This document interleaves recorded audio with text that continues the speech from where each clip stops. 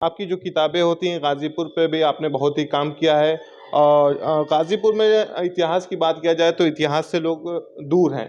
गाज़ीपुर के इतिहास लोग अलग-अलग उनकी मतलब कहना है, कोई कुछ कहता है, कोई कुछ कहता है। गाज़ीपुर में असल में है क्या? ये हमारे दर्शक जानना चाहते हैं। देखिए 1991 में मैंने आईएएस मेन जब क्वालिफाई करके जब मैं दिल्ली पहुंचा, तो वहाँ पे जो हमारे गाइड थे उन्होंने कहा कि क्या आप अपने ज़िले के इतिहास को आपने पढ़ा है? वहाँ पे फसलें क्या क्या हैं, कितनी नदियाँ हैं, वहाँ पे मिट्टी कैसी है जहाँ पे ये सारे अनाज पैदा होते हैं। तो मुझे ये नहीं मालूम था, तो उन्होंने मुझे गाज़ीपुर गज़ेटियर दिया कि इसको आप पढ़िए। तो उसमें मुझे अपने ज़िले के बारे में, जनपद के बारे में मुझे मालूम हुआ। जब मैं गाज़ीपुर वापस आया तो ये हुआ कि ज़िले के बारे में जानना अगर है हमको, तो यहाँ पे किसने किसने किताबें गाज़ीपुर पे लिखी हैं। तो मालूम हुआ कि गाज़ीपुर में सन 1991 में कोई भी किताब नहीं मार्केट में थी। उससे खोज तलाश करने पे मुझे 2 किताबें मिली। एक डॉक्टर एएन सिंह की पीएचडी का वर्क है, जो डिग्री कॉलेज गाज़ीपुर जो गोरा बाज़ार है वहाँ पे वो टीचर थे, उनकी थीसिस है, मेरे ख़्याल से 100 पेज के अंदर की है वो।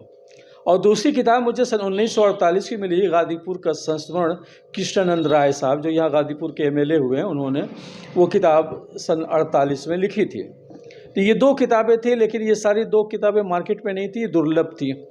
तो फिर हमने इस ओर कोशिश की कि हम अपने नौजवानों को जो आईएएस पीसीएस की तैयारी कर रहे हैं और अपने जनपद के बारे में वो जानना चाहते अगर हैं, तो फिर हमने इसके अंदर 5 साल अलीगढ़, दिल्ली, लखनऊ, इलाहाबाद, आज़मगढ़, पटना, इन जगहों पे मैंने यात्रा की। यहाँ की लाइब्रेरियों, संग्रहालयों में जाकर के बैठे, वहाँ से गाज़ीपुर का कलेक्शन मैंने किया। उसके बाद फिर मैंने 22 साल पहले एक किताब लिखी थी, तज़किरा मशाइख़ गाज़ीपुर। ये गाज़ीपुर, उसमें 2 पार्ट है, 150 सफ़हे जो हैं उसके अंदर पेजेस जो हैं वो गाज़ीपुर का इतिहास है, एंशिएंट हिस्ट्री से लेकर के 1900 तक का। और फिर जो दूसरा उसका पार्ट है उसमें यहाँ गाज़ीपुर के जनपद के जो सूफ़ी संत हुए हैं उनका उसमें उल्लेख है, मैंने किया है कि यहाँ पे कौन कौन सूफ़ी हुए हैं, संत हुए हैं। तो ये हमारी 22 साल पहले वो किताब पहली प्रकाशित हुई थी। तो इससे मुझे इंटरेस्ट बढ़ा और इस तरह से फिर हमने वो यात्रा फिर कर करके आज हमारी गाज़ीपुर पे काफ़ी, जैसे कहा जाए, काम मैंने करने की कोशिश की है। जो जैसे पुराने किले हैं या कुछ भी ऐसे पुरानी चीज़ें हैं, लोग उसको नहीं जानते हैं, वहाँ के अलग गांव के लोग कुछ अलग ही बताते हैं, लेकिन उसका इतिहास कुछ अलग ही है। तो उस पे आपने प्रकाश डालने की। देखिए, गाज़ीपुर के अधिकतर लोग ये नहीं जानते हैं कि हमारे जनपद के अंदर 5 किले थे और बड़े बड़े दुर्ग थे। दुर्ग 2 तरह के होते हैं, एक ईंटे के होते हैं, कच्चे ईंटे के, जिसे हम कोट कहते हैं। कोट तो यहाँ जनपद में अनेक हैं, लेकिन जो किला जो होता है वो पत्थर और ईंटों से निर्मित होता है। तो एक तो हमारे शहर में जो डीएवी स्कूल है वहाँ पे एक किला है नसीर खान लोहानी का, और दूसरा जो है वो ज़मानिया के अंदर, कस्बे के अंदर, नदी के किनारे, गंगा के, इसे अली कुली खां खान ज़मा, जो उसने ज़मानिया बस्ती बसाई थी, उसने वो निर्माण कराया। फिर तीसरा जो है वो दुल्लापुर के पास जलालाबाद है किला, वहाँ पे एक किला था। ये 3 किले हो गए। फिर शहर में एक और किला है, वो नवाबगंज के में है, नवाब शेख अब्दुल्ला का है। और फिर उसके जो लड़का हुआ फिर नेक्स्ट जो यहाँ का एडमिनिस्ट्रेटर, वो नवाब फजल अली, उसका वो किला है, आज भी है। उसके अवशेष, उसके नदी के किनारे वाला पूरा हिस्सा वो अभी आज भी है, किले के रूप में आज भी है वो। और जो 5वां जो था वो सैदपुर भितरी के पास था, वो काफ़ी पुराना किला था, जिसे कहा जाए कि गुप्त वंश के से वो था, लेकिन अब वो खंडहर हो चुके हैं सारे, अब कोई इन सबों का कोई वजूद अब रह नहीं गया। तो ये 5 जो थे एडमिनिस्ट्रेटर ऑफिसेस थे यहाँ पे। एडमिनिस्ट्रेशन यहाँ से जनपद का पूरा जिसे संभाला जाता था, यहाँ की व्यवस्था जो थी, कार्यशैली जो थी, उसको यहाँ पे तरह तरह के ऑफिसेस थे इन 5 किलों में। तो आपने गाज़ीपुर में जैसे कहा जाए कि यहाँ पे कहते हैं लोग, पुराने लोग, कि यहाँ पे गुलाब की खेती होती थी, यहाँ पे इत्र बनाए जाते थे, लेकिन आज की दौर की बात करें तो ऐसा कुछ यहाँ पे नहीं है। तो उस समय कब ये फैक्ट्रियाँ लगी थी जिस पे इत्र बनते थे जो देश विदेश में जाते थे गाजीपुर से? देखिए, सिकंदर लोदी, सुल्तान सिकंदर लोदी जो था, वो शर्की बादशाह को उसने क्या नाम है मुखालफत किया था, उनका विद्रोह किया था। तो उससे उसका पीछा करते हुए, उसको फ़ौज के पीछा करते हुए वो गाजीपुर आया, ज़मानिया आया, ज़मानिया से फिर गाजीपुर आया, और उसका पीछा करते हुए वो बलिया होता हुआ बिहार भागा वो। तो जब वापस हुआ सिकंदर लोदी, तो सिकंदरपुर उसी के नाम पे आबाद है, और वहाँ पे फूलों की खेती के लिए उसने वहाँ के लोगों को वहाँ पे प्रोत्साहित किया और एक बहुत बड़ा सेंटर वहाँ खोला। तो आज भी सिकंदरपुर में बहुत बड़ी, जैसे गाजीपुर के अंदर बहुत बड़ी मंडी यहाँ पे थी, बहुत बड़ा इलाके के अंदर तरह तरह के फूल फल वगैरह यहाँ पे जो पैदा किए जाते थे। तो और तीसरा कन्नौज में, ये उसी ने इस्टेब्लिश किया था। फिर बाद में बादशाहों ने जो है, सुल्तान लोगों ने फिर जौनपुर में सेंटर, लेकिन मेन जो सेंटर था गाजीपुर शहर और सिकंदरपुर, ये गाजीपुर की सरहद में ही था दोनों, वो तहसील थी वो। तो ये जैसे कहा जाए कि गाजीपुर के अंदर गुलाब, नंबर 1 का गुलाब, बहुत बड़े गुलाब होते थे और उसकी मार्केट वैल्यू बहुत ज़्यादा थी उस समय। और यहाँ तक कि वो गुलाब जो खेती होती थी, गुलाब जो है वो बड़ी बड़ी नावों के ऊपर, डबल स्टोरी जैसे कहा जाए नाव होती थी, और इस तरह से उसके ऊपर रखा जाता था कि ये फूल जो है वो मुरझा न जाए। यहाँ पे टेक्नोलॉजी इस तरह की थी वहाँ पे कि फूल मुरझा न जाए, क्योंकि यहाँ से जो फूल तोड़ा करके नाव के द्वारा जो कलकत्ता भेजा जा रहा, फिर कलकत्ता से जो है बड़े बड़े जहाज़ों के ऊपर कलकत्ता जाता था, ये गंगा के द्वारा। अच्छा, गंगा के द्वारा बड़ी बड़ी नाव होती थी, बजरा कहलाता था उसके अंदर वो, और वो एकदम जैसे कहा जाए कि एयर कंडीशनड होती थी। उस समय टेक्नोलॉजी बहुत हाई थी उस समय। और उसके बाद फिर वहाँ से बड़े बड़े शिप के ऊपर इंग्लैंड है, इंग्लैंड है, जापान वगैरह में भेजा जाता था यहाँ का गुलाब, और उससे यहाँ के किसान बड़े जैसे कहा जाए बड़ा पैसा कमाते थे और बड़ी अच्छी स्थिति में थे। उसी तरह से इत्र का भी मामला था, उसी तरह से गुलाब जल का भी मामला था, केवड़े का भी था यहाँ पे। तो यहाँ के जो किसान थे बड़े जैसे कहा जाए कि संपन्न थे।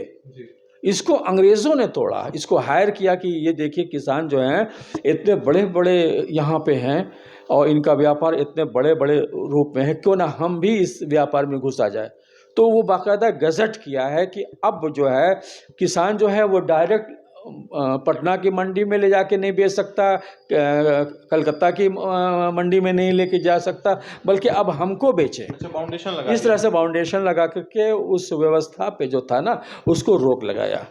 और ये इसलिए हुआ कि ये जो विद्रोह हो रहा था 1857-58 में, उसमें इन किसानों का बहुत बड़ा रोल था। फाइनेंशियल हेल्प जो थी यही बड़े बड़े जो किसान थे जनपद के हमारे, वो कर रहे थे। उसके ऊपर जो चेक किया है तो उसके बाद फिर हमारा जो शहर जनपद जो था ना फिर उभर नहीं पाया, इस सारा व्यापार मर गया। जैसे यहाँ का पान नंबर 1 का था यहाँ पे वो पैदावार थी, आपके तंबाकू नंबर 1 का था यहाँ पे उपज थी। उसके बाद फिर इसके अलावा फिर आपके ओपियम अफीम थी, फिर उसके बाद आपके नील की खेती होती थी, नील की खेती पूरे जनपद में होती थी, बड़े बड़े इनके कारखाने थे। तो इसमें अंग्रेज़ खुद घुस गए। अच्छा। जो अफसर यहाँ पे थे जो अलग अलग पदों पे नियुक्त होकर के, जैसे कलेक्टर आया, एसपी आया, या और भी बहुत से अधिकारी जो थे अलग अलग विभाग के, वो उसमें एक बाइलाज ये आया, उन सबों ने गजट ये किया कि वो भी व्यापार कर सकते हैं। अच्छा। लिहाजा वो उन्होंने ये इस व्यापार में घुस आए और इस तरह से किसानों का शोषण करने लगे। फिर वो शहर हमारा जो है ना, जो गुलाब की खेती की वजह से, फूलों की खेती की वजह से, इधर और गुलाब की वजह से जाना जाता था। इस तरह से वो व्यापार मर गया, फिर उभर नहीं पाया। व्यापार जब गड़बड़ा गया, मतलब व्यापार खत्म हो गया, उसके बाद आज के दौर की भी बात किया जाए तो गाजीपुर में ऐसे कोई बड़े अच्छे स्तर के व्यापार अब नहीं। इस तरह के नहीं हैं। गांव के अंदर जो किसान थे बड़े बड़े उनके फार्म हाउस थे। एक एम्मा रॉबर्ट्स करके एक आई है ब्रिटिश यात्री गाजीपुर के अंदर, 1834 में आई है। तो उसने गाजीपुर के खेतों को जो उसने देखा है, गुलाब के खेतों को, और यहाँ के किसानों से वो मुलाकात किया है। तो वो लिखती है कि जब मैं इक्के को उसने लिखा शिकरम, यानी कि 2 घोड़े थे और उसके पीछे बग्घी होती थी, उसी के अंदर वो कर करके पहितिया के अंदर एक गांव है यहाँ पे सरौली कहलाता है, शादियाबाद के अंदर आता है, वहाँ पे वो गई है वहाँ पे। तो वहाँ पे एक अजमल साहब या कोई करके साहब थे, उनके घर में अभी दाखिल नहीं हुई थी कि खुशबू आने लगी। तो इस तरह से उसने बड़े बड़े व्यापारियों के घर जाकर के उस व्यवस्था को देखा कि इधर कैसे बनाया जाता है, गुलाब की खेती कैसे हो जाती है। तो उसने लिखा है कि जैसे कहा जाए 40-40 किलोमीटर तक ऐसे गुलाब के फूल की मैंने अपने इंग्लैंड में भी मैंने नहीं देखा था, इतने बड़े बड़े गुलाब के फूल और इतने सुगंधित फूल। इतने दोस्तों बड़े पैमाने पर गाजीपुर में खेती हुआ करती थी। गाजीपुर की अर्थव्यवस्था कुछ और ही थी, लेकिन आज के दौर की बात किया जाए तो आज भी गाजीपुर की अर्थव्यवस्था चौपट ही है। छोटे व्यापारी ही यहाँ पर अपना रोजगार करते हैं। बनारस से, लखनऊ से, बनारस से ले आते हैं। अधिकतर यहाँ की खेती जो है, अब किसान को कोई फ़ायदा ही नहीं हुआ तो उन्होंने छोटे छोटे प्लाट करके वो खेत जो थे जहाँ पे ये केवड़ा उगाया जाता था, फूल, चंपा चमेली, ये वो सब खेत थे, अब उन्होंने प्लाट करके बेच दिया अपने जीवन चलाने के लिए। करें क्या वो। आज भी अगर फूलों की ज़रूरत पड़ती है गाजीपुर में तो बनारस से लोग ले आते हैं। हाँ, अधिकतर बनारस में जनपद में। अरे गाजीपुर का जैसे कहा जाए हृदय स्थल, ये प्रकाश टाकीज का चौराहा था जहाँ पे हमने अपने बचपन में कम से कम मैंने देखा है कि 30 करीब 25-30 जो है गुलाब के बड़े बड़े गजरे, चंपा चमेली के बड़े बड़े गजरे, और इस तरह से ला करके ये बेचा करते थे। और बाल्टी के अंदर केवड़ा का फूल बड़े बड़े, और वो समझिए कि उसके अंदर जो रखते थे बाल्टी के अंदर, इतनी खुशबू, हम लोग उधर से गुजरते थे बिल्कुल ये कि है क्या, तो लोग खरीद करके ले जाते थे, अपने घरों में रखते थे, हफ्ता 10 दिन तक वो महक अपने घरों में रहती थी वो। लेकिन आज के जो फूल है वो भी 1-2 दिन में मुरझा जाता है। अब उसमें सुगंध ही नहीं है। बल्कि हमको तो अच्छी तरह से याद है कि हमारी दादी अम्मा जो थी, वो जो घड़ा होता था, छोटे भी घड़े होते थे, बड़े भी घड़े होते थे, सुराही होती थी, उसके ऊपर बाकायदा उस वक्त का जैसे कहा जाए 5 पैसे के 2 फूल मिलते थे, वो क्या नाम है, माले की तरह, तो वो उसी के ऊपर डाल देते थे, जितने जैसे घड़े थे उसके सबके ऊपर। बल्कि औरतें तो अपने जोड़े में भी लगाया करती थी, और इतनी सुगंध, इतनी खुशबू होती थी कि न पूछिए, पूरा घर गमकता था। अब के फूल में कोई खुशबू ही नहीं होती।